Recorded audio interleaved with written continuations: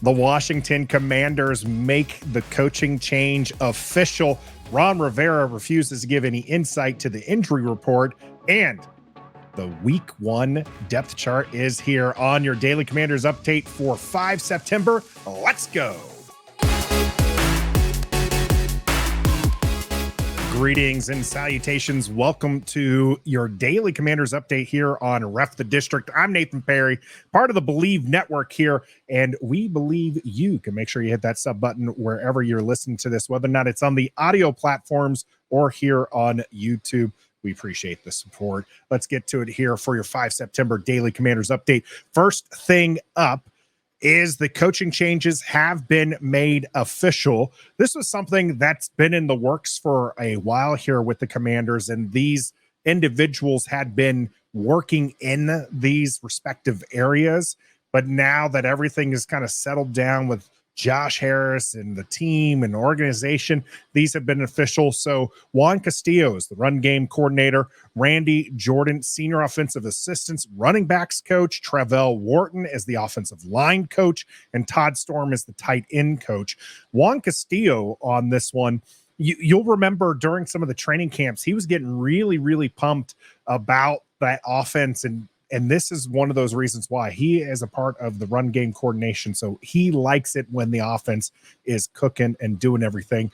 There at the bottom of your screen, if you're watching this on YouTube, we got JP Finley's tweet here from Ron Rivera's press conference.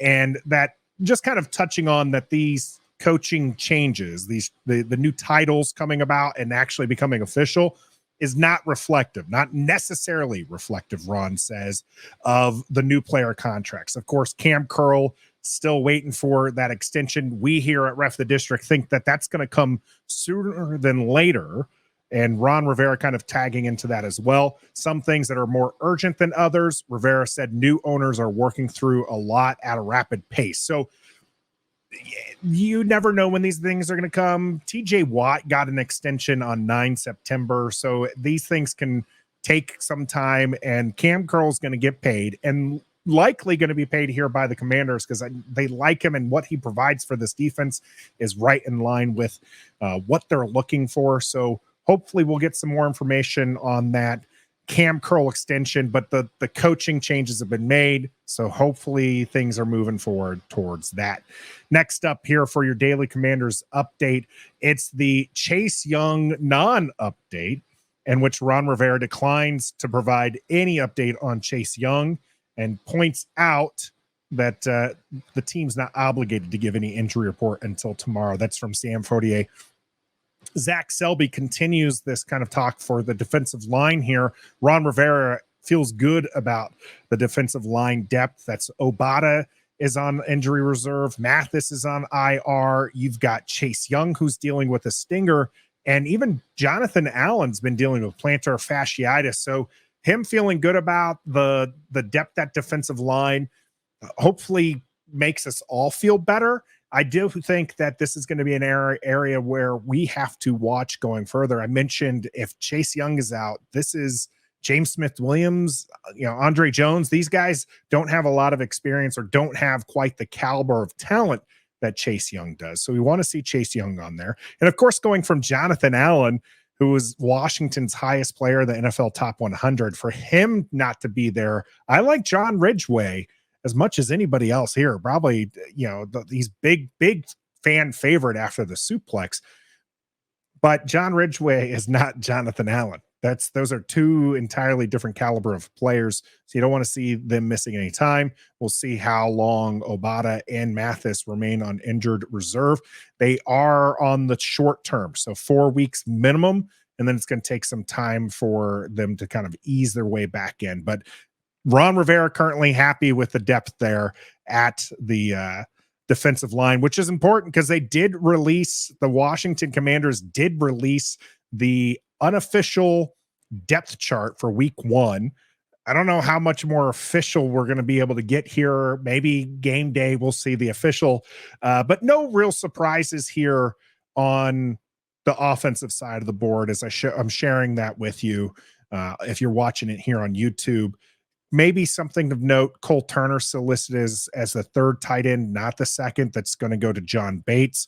So even though we've liked what we've seen from Cole Turner here in preseason, even though he seems to be kind of fitting in a little bit more as a younger tight end, up and coming, and a move tight end, still only third on this depth chart, and really nothing else of note, in my opinion. Chris Paul back in both guard spots.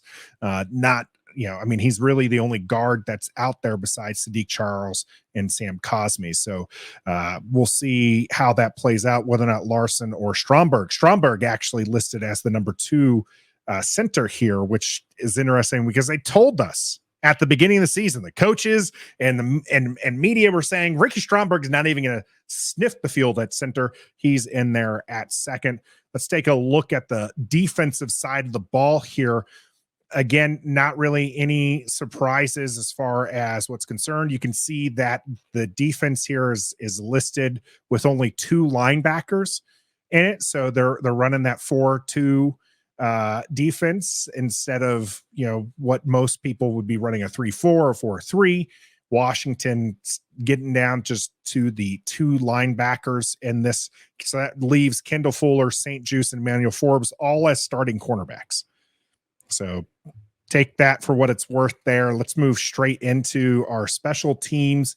And the only thing of note here on the special teams is kick return duties are going to go to Antonio Gibson.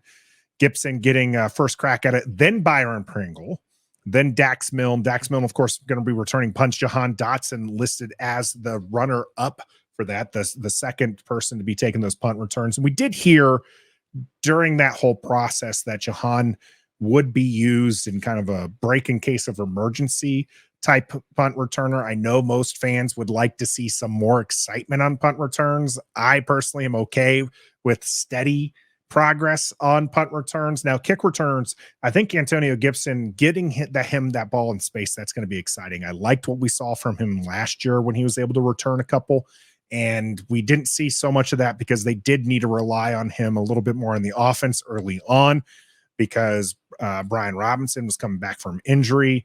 Then he started getting kind of sprinkled in there, but as he gets more time on the offense, he's going to get less time on the return.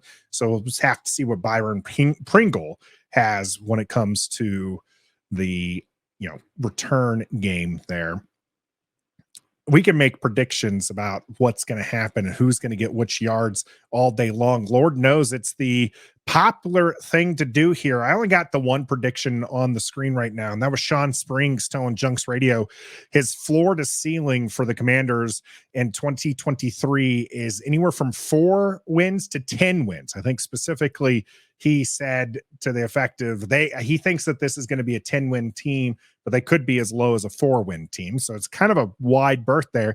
But you got Good Morning Football giving Washington one of the playoff spots, a wild card in that regard, over Dallas and the New York Giants.